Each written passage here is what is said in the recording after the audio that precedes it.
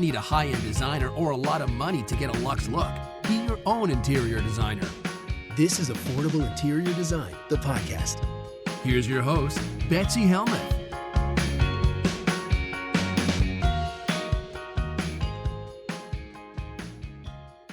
Let's go to your next question. My second question has to do with the paper in the kitchen. We are not remodeling the area now, so I'm trying to find a cheaper way to update it without changing the cabinets, countertops, and dining room furniture. Should we change the walls instead?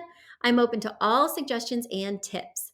Thank you so much for taking the time to read my long submission and for answering all my questions.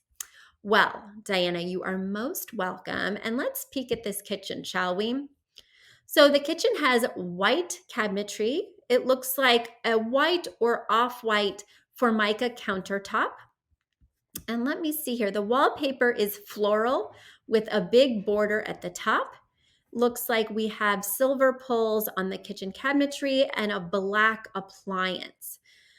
There's a lot going on in here. Let's just be clear, because the floor is kind of like this irregular cream square tile. It's probably like an 8x8, and it looks a little hand glazed, so it's not perfectly flat and even. This does need an update. There's no doubt about it, but I totally understand being house poor. I was certainly house poor when we moved into our house here in Westchester and did not have the time, energy, or resources to make that happen.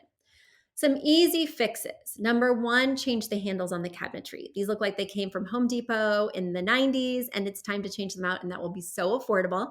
You just open the cabinet, measure from the center of the screw to the center of the screw on the inside, and then that's the size handle you'll be looking for when you purchase something a little bit more contemporary. We're not going to change the flooring. We're not going to change the countertop or the cabinets because you set those rules, and I'm okay with that. But this wallpaper must go. It's got a ton of flowers that feel quite overwhelming and frenetic. And then the border at the top is not helping. I'm going all the way back to the 90s and maybe even to the 80s with this unfortunate wallpaper. I would take it down ASAP and I would replace it with paint. I love a good wallpaper, but you have to be very clear on your intentions stylistically, and it's expensive to remove and expensive to put up. Paint is going to be a much easier application for you, and it's going to be much more versatile as you evolve this kitchen over time. A big thank you to Aton and the Embassy, who wrote our theme song. A shout out to Catherine Heller, who owns the podcast shop and is our editor extraordinaire. We also want to thank Ginny Sunasan and her team at the Savvy Podcast Agency for their help with our social, our YouTube channel, and so much more. We also want to thank Uploft, which is our parent company who supports this podcast. And lastly, we owe a huge debt of gratitude to you. Thank you so much for tuning in and for all your support.